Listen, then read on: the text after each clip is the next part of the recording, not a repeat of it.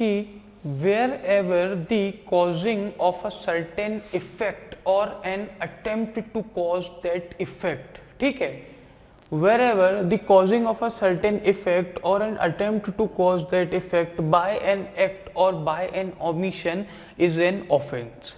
It is to be understood that the causing of that effect partly by an act, partly by an offense is the, partly by an omission is the same offense. ठीक है, तो जब आप किसी क्या करते हैं, किसी एक इफेक्ट को कॉज करते हैं या फिर उस इफेक्ट को कॉज करने का अटेम्प्ट करते हैं किसी भी एक्ट या ओमिशन के द्वारा, ठीक है, ठीक है। एक्ट मतलब क्या होता है, टू डू समथिंग, ठीक, एक्ट मतलब टू डू समथिंग, ठीक है, ये किसका मतलब हुआ, ये आपके एक्ट का मतलब हुआ।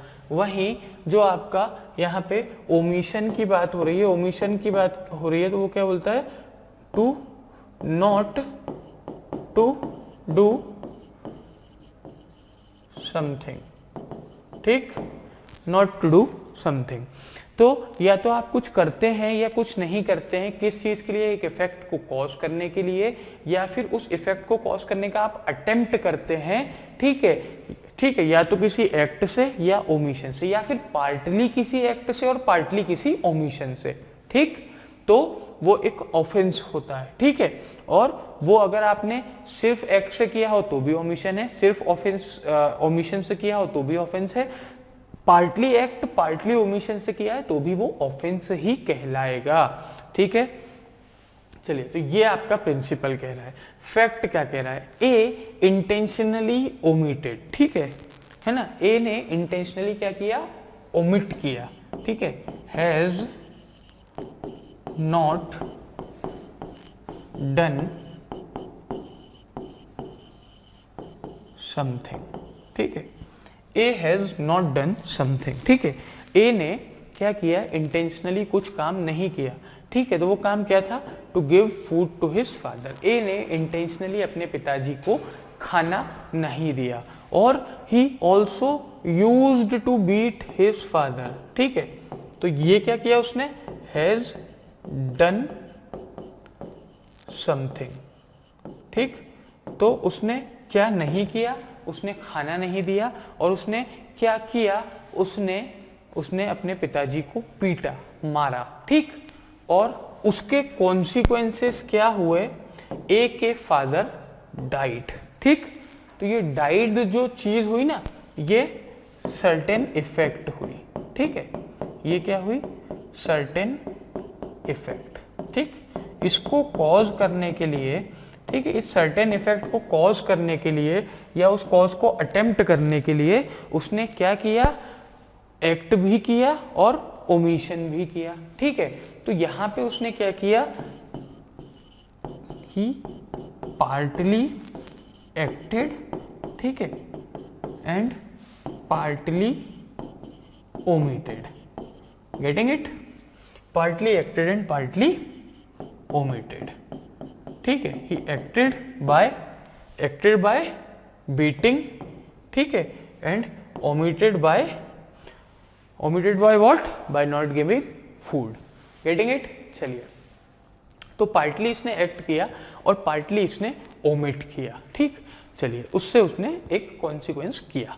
ए did not commit any offence, A committed only the offense of omitting to give food to his father, A committed only the offense of beating of his father, A committed the offense of killing of his father। तो देखिए principal क्या कह रहा है, जब आप कोई act करते हैं और कोई ओमिशन करते हैं, ठीक है, या पार्टली कोई एक्ट करते हैं और पार्टली कोई ओमिशन करते हैं, और उससे आप एक कॉज को इफेक्ट देते हैं, ठीक, एक सर्टेन इफेक्ट को कॉज करते हैं या उसको अटेम्प्ट करते हैं कॉज करने का, ठीक है, तो या तो आप उसे करते हैं या उस पर आप अटेम्प्ट करते हैं, तो वो जो सर्टेन इफेक्ट आपका होगा ना, ठीक है, क्या होगा, वो जो सर्टेन इफेक्ट आपका होगा, ये चीज क्या होगी, ये चीज आपकी ऑफेंस होगी, ठीक, ये सर्टेन इफेक्ट जो आपका होगा ना, ये आपका क्या होगा, ऑफेंस होगा, ठीक, ये आपका होगा ऑफेंस, ठीक। तो यहां पे ना आपका एक्ट ऑफेंस है ना आपका ओमिशन ऑफेंस है, ठीक, ना आपका एक्ट ऑफेंस है, ना आपका ओमिशन ऑफेंस है। जो आपने क्या किया है, जो सर्टेन इफेक्ट आप उससे लेना चाह रहे हैं वो आपका ऑफेंस होगा, ठीक है। हाँ, वो ऑफेंस अगर आप नहीं कमिट कर पाते हैं तो फिर वो आपका जो आपने जो एक्ट और ओमिशन किया, मान लीजिए उसके पापा की डेथ नहीं होती तो बीटिंग क्या होती, तो बीटिंग उसको ऑफेंस में आती, ठीक है, उनको मारना ऑफेंस में आता। लेकिन जब उसने वो सर्टेन इफेक्ट उसने क्या कर लिया है, पा लिया है, उसे कॉज कर दिया है, तो क्या होगा, वो सर्टेन इफेक्ट ऑफेंस होगा। गेटिंग इट, ठीक। चलिए, तो 4 ऑप्शन है आपके पास। पहला बोल रहा है कि did not commit any offence. ये तो हम बिल्कुल, जब हमने अपने क्या किया, हमने प्रिंसिपल को किस पे अप्लाई किया, हमने फैक्ट पे अप्लाई किया, तो ये तो हम समझ गए हैं कि हमारे इस क्वेश्चन में ऑफेंस हो चुका है। Getting it. चलिए, तो ये आपका एलिमिनेट हो जाता है।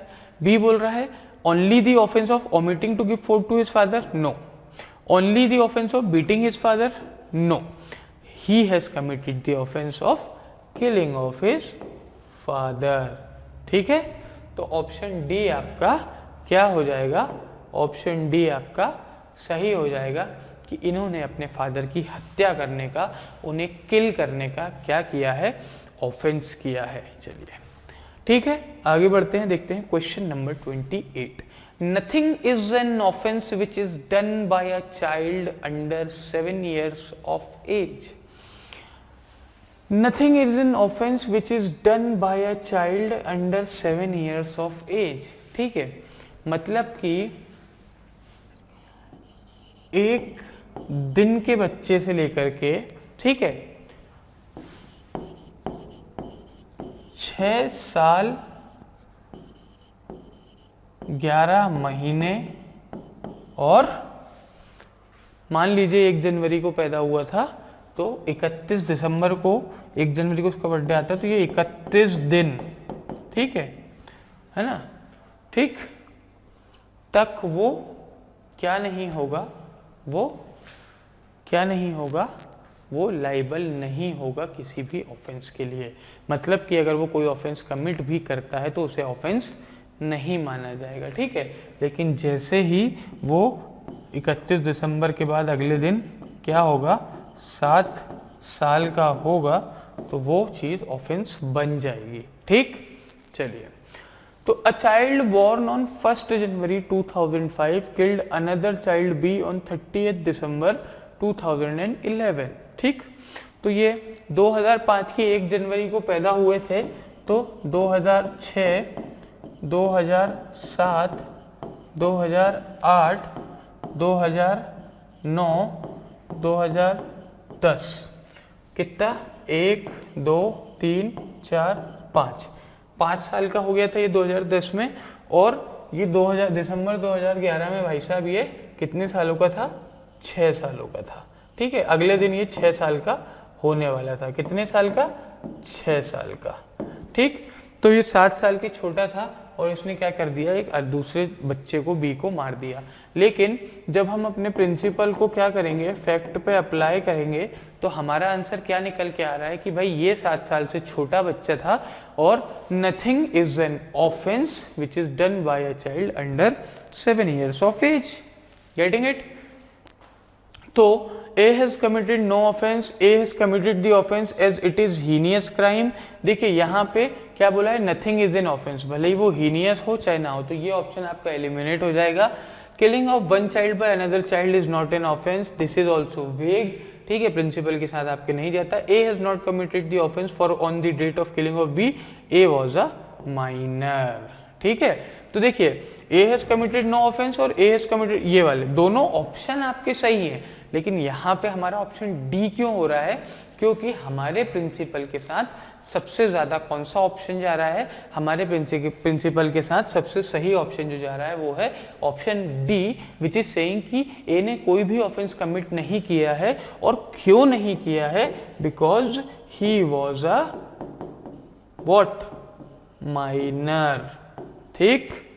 आई hope you are getting it, ठीक। तो ऑप्शन डी आपका क्या हो जाएगा, सही हो जाएगा। ठीक है, चलिए आगे बढ़ते हैं, देखते हैं question number 29। A pact other than a pact to commit suicide to suffer any harm is not an offense provided the age of the person who has given his consent to suffer harm is above 18 years। ठीक है, तो एक pact, ठीक है, एक क्या होता है, किस पैक्ट से अलावा, टू कमिट सुसाइड, ठीक है, to suffer any harm is not an offence. ठीक है, अगर किन्हीं दो लोगों में एक पैक्ट बन रहा है, ठीक है, एक डील हो रही है किस चीज के लिए, एक हार्म सफर करने के लिए, ठीक है, लेकिन वो हार्म क्या नहीं होना चाहिए, सुसाइड नहीं होना चाहिए। ठीक है, लेकिन जिस आदमी को हार्म हो रहा है उसकी एज कितनी होनी चाहिए, अबव 18 ईयर्स, वो 18 सालों से ऊपर का होना चाहिए।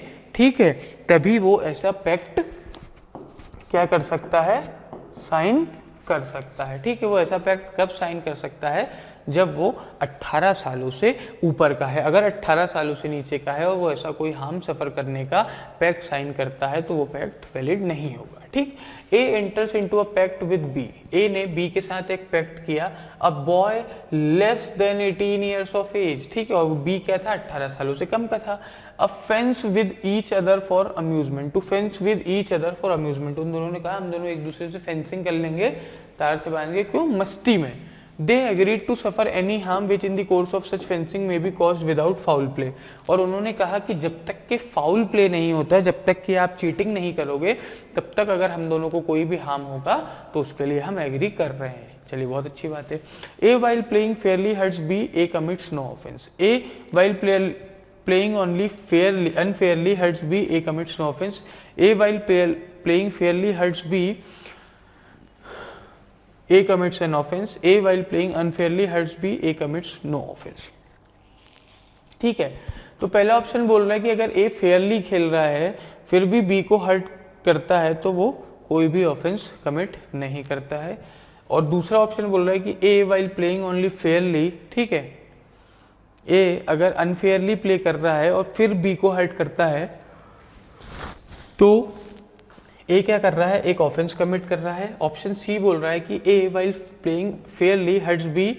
ठीक है, तो ए अगर फेयरली खेलते हुए भी बी को हर्ट कर रहा है तो ए कमिट्स एन ऑफेंस, और A while playing unfairly hurts B, A commits no offence. ठीक, तो ए अगर अनफेयरली खेलते हुए भी हर्ट को बी कर रहा है, बी को हर्ट कर रहा है, तो वो कोई भी ऑफेंस कमिट नहीं कर रहा है। ठीक, तो देखिए, A enters into a pact with B, a boy of less than 18 years of as.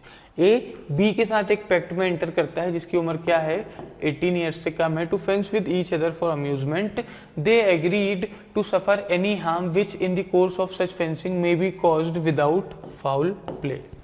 Principal क्या बोल रहा है कि a pact other than a pact to commit suicide to suffer any harm is not an offence provided the age of the person who has given his consent to suffer harm is above 18 years। ठीक, तो वो चीज कब offence नहीं होती है कि जिस इंसान ने अपनी कंसेंट दी है वो क्या है, वो 18 सालों से बड़ा है।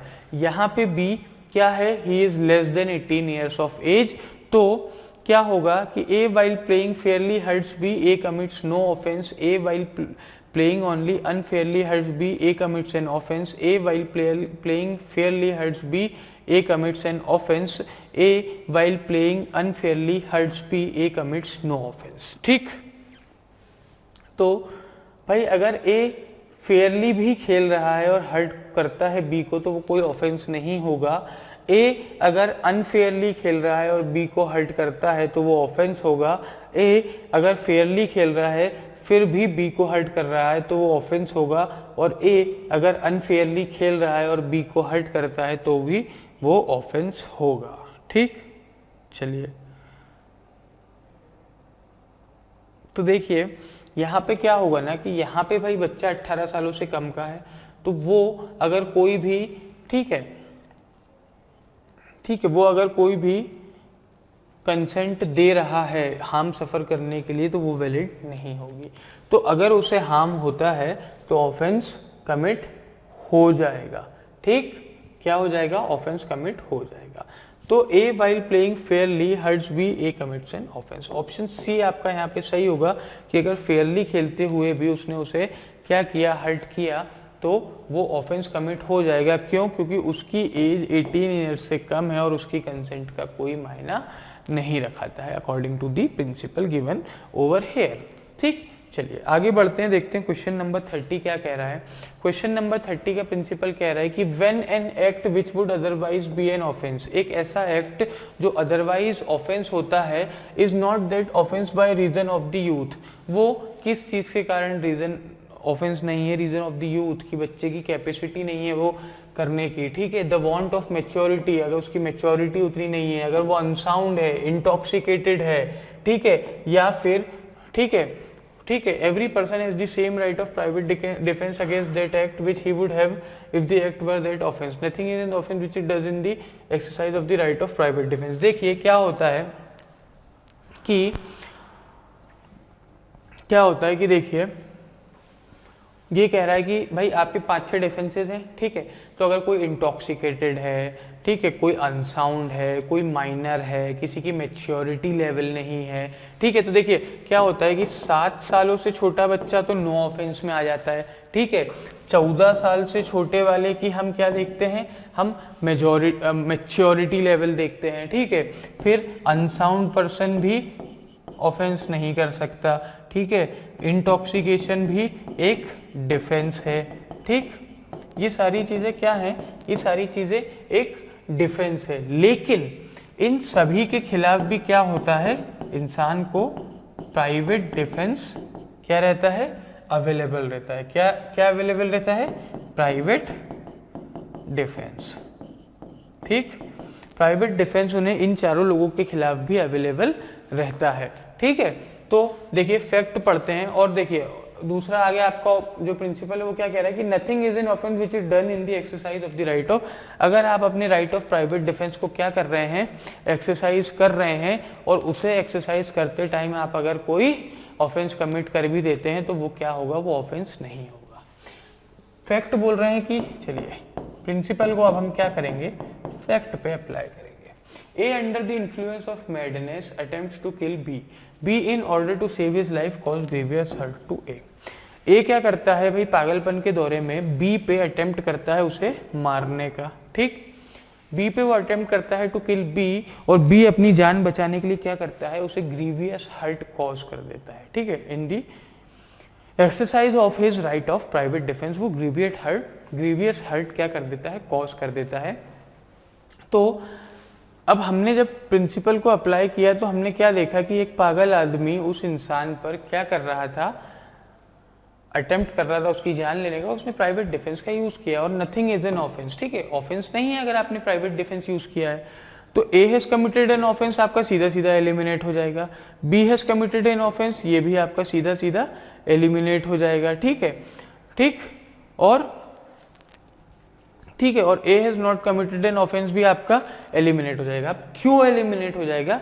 क्योंकि यहाँ पे B in order to save his life, देखिए ए ने तो कोई अटेम्प्ट किया ही नहीं था, ए तो अटेम्प्ट करता है, बी उसको चोट पहुंचा देता। तो यहाँ पे हम क्या देख रहे हैं? यहाँ पे हम देख रहे हैं कि बी से कोई ऑफेंस तो नहीं कमिट हो गया है, तो B has not committed in any offence आपका सही आंसर होगा।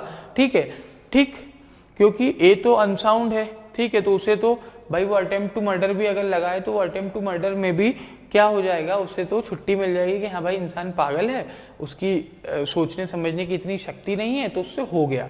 ठीक है, तो उसका क्वेश्चन यहाँ पे है ही नहीं। यहाँ पे क्या है? यहाँ पे हम देख रहे हैं कि जो इंसान सेन था, ठीक है, जो इंसान क्या था? साउंड माइंड का था, उससे तो कोई गलती नहीं हुई है। तो हम देख रहे हैं कि उसने क्या किया है? उसने अपना राइट टू क्या? प्राइवेट डिफेंस यूज किया है। कौन सा डिफेंस यूज किया है? उसने अपना right to private defence use किया है, और प्राइवेट डिफेंस यूज करते हुए उसने सामने वाले इंसान को ग्रीवियस हर्ट पहुंचाया है। और प्राइवेट डिफेंस में कोई भी चीज अगर की जाती है तो वो क्या होती है? वो ऑफेंस नहीं होती है। तो ये हुआ आपका question number 30। I hope you are getting it. आपको अभी तक समझ में आ रहा होगा। हम हर एक प्रिंसिपल को बहुत अच्छे से समझ रहे हैं, फैक्ट्स को बहुत अच्छे से समझ रहे हैं, बहुत तरीके से प्रिंसिपल को फैक्ट्स पे अप्लाई करके हम क्या निकाल रहे हैं? हम अपना कंक्लूजन निकाल रहे हैं। तो मैं आशा करता हूं, मैं ये होप करता हूं कि आपको कोई भी प्रॉब्लम नहीं आ रही होगी। ठीक, चलिए बहुत अच्छी बात है। देखिए ये पुराने तरीके के क्वेश्चंस हैं, ये हम इसलिए सॉल्व कर रहे हैं क्योंकि ये अभी भी दूसरे लॉ एंट्रेंस एग्जाम में आपके काम आएंगे। और जो क्लेट का नया सिलेबस है, जो क्लेट का नया तरीके के क्वेश्चंस हैं, हम उन्हें भी सॉल्व करेंगे। उनका भी मैं बहुत सारा एक ढेर सारे क्वेश्चंस आपके पास लेकर के आऊँगा। और क्लेट 2020 सिर्फ एक ही क्वेश्चन पेपर अभी उस रिवाइज्ड वर्जन की बेस पे आया है, तो उसे भी हम सॉल्व करेंगे। और उसके बहुत सारे उस तरीके के क्वेश्चंस में आपके लिए एक अलग से एक लेक्चर में लेकर के आऊँगा और हम उनकी भी पूरी तैयारी करेंगे। तो आप ये मत सोचिए कि ये आपके काम का नहीं है, क्योंकि ये भी आपके उतने ही काम का है जितना वो काम का है। क्यों? क्योंकि हम क्लेट तो देते ही हैं, हम एलिट भी साथ में देते हैं। तो चलिए आगे बढ़ते हैं और देखते हैं क्वेश्चन नंबर 31। क्वेश्चन नंबर 31 क्या कह रहा है।